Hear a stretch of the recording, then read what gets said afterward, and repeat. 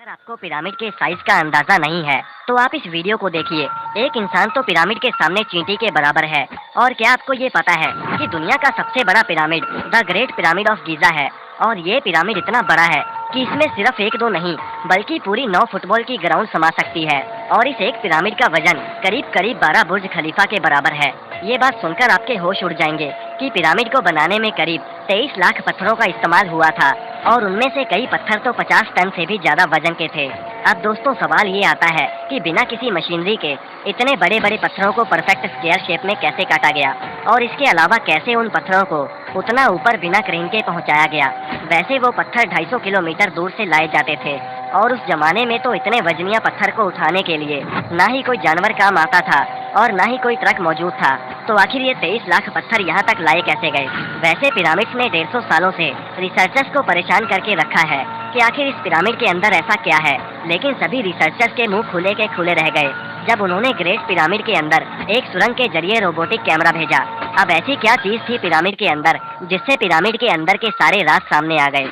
इन सभी चीजों को जानने के लिए वीडियो के लास्ट तक हमारे साथ बने रहिए। तो चलिए वीडियो को शुरू करते हैं। जब पिरामिड की कंस्ट्रक्शन शुरू करी गई तो बहुत सारे भारी पत्थरों की जरूरत थी। अब उस समय तो ग्राइंडर्स वगैरह भी हुआ नहीं करते थे। तो आखिर पहले के लोगों ने इन पत्थरों को इतना परफेक्टली कैसे काटा? अगर आप नहीं जानते तो आप ये देखिए, यही वो टूल्स हैं जिससे इन 50 टन के पत्थरों को स्क्वायर या फिर रेक्टेंगल शेप में काटा गया। अब एक्सपर्ट को ये मालूम था कि कॉपर तो नरम होती है और इसीलिए ये कॉपर की छेनी से काटा नहीं जा सकता। इसीलिए रिसर्चर्स ये मानते हैं कि पहले के लोगों ने इसमें आर्सेनिक नाम का केमिकल ऐड किया होगा। कॉपर और आर्सेनिक से बनी छेनी को लकड़ी के हथौड़ों की मदद से पत्थरों को ठोका जाता होगा।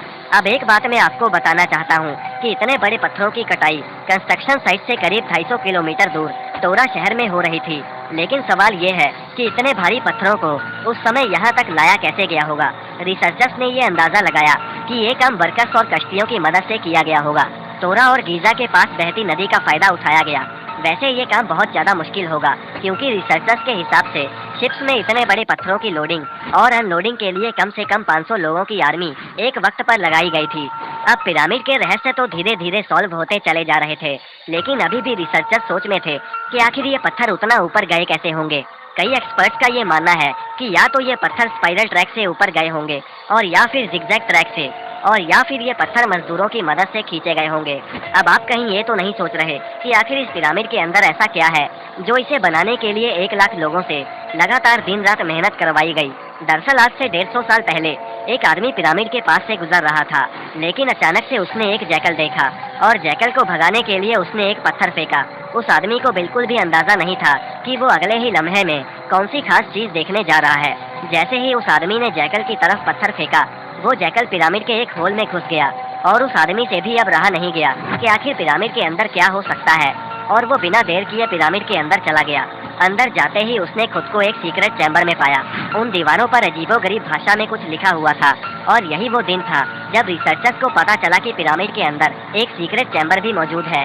1980 में पिरामिड पर एक खास किस्म की एक्सरे फेंकी गई और उन्होंने किस्म का सीक्रेट चैम्बर भी मौजूद है। रिसर्चर्स का ये मानना था कि शायद ये वही चैम्बर है जिसमें पिरामिड के सारे राज छिपे हुए हैं। अब इसके अंदर है क्या, इसे जानने के लिए 5 सालों में एक रोबोटिक कैमरा तैयार कराया गया और उसे ही इस सुरंग के जरिए अंदर भेजा गया। वो रोबोटिक कैमरा आगे जाकर रुक गया क्योंकि उस रोबोटिक कैमरा के सामने एक पत्थर का स्लैब था और उस पर 2 कॉपर हैंडल्स भी लगे हुए थे। लेकिन साइंटिस्ट को स्लैब के उस पार का रहस्य जानना था जो कि 4500 सालों से पिरामिड में बंद है। अब इसके बाद लगभग 8 सालों बाद एक और कैमरा तैयार कराया गया जिसके आगे एक बारीक ड्रिल थी जिसने पिरामिड के अंदर के लाइमस्टोन में एक बारीक छेद कर दिया। जब कैमरे ने उसके अंदर देखा तो उसके अंदर एक और पत्थर का स्लैब था, लेकिन जैसे ही कैमरे का एंगल नीचे की तरफ किया गया तो उसमें कुछ ऐसा दिखा जिसने सबके रोंगटे खड़े कर दिए। उसने देखा कि जमीन पर कुछ खास अल्फाबेट्स लिखे हुए हैं और वो अल्फाबेट्स उस जगह को सील करते समय 4500 साल पहले लिखे गए थे, जिसे आज तक कोई भी एक्सपर्ट नहीं समझ पाया। अब रिसर्चर्स का ये मानना है कि जरूर इस स्लैब के पीछे ही पिरामिड के वो सभी राज छिपे हुए हैं। हो सकता है कि फ्यूचर में कोई रोबोटिक कैमरा बनाया जाए जो कि पिरामिड के अंदर जाकर सब कुछ देख सके। तो दोस्तों ये थी आज की वीडियो। आपको क्या लगता है कि पिरामिड के पीछे ऐसा क्या हो सकता है? हमें कमेंट में जरूर बताएं और इस वीडियो को लाइक करके चैनल को सब्सक्राइब करना ना भूलें।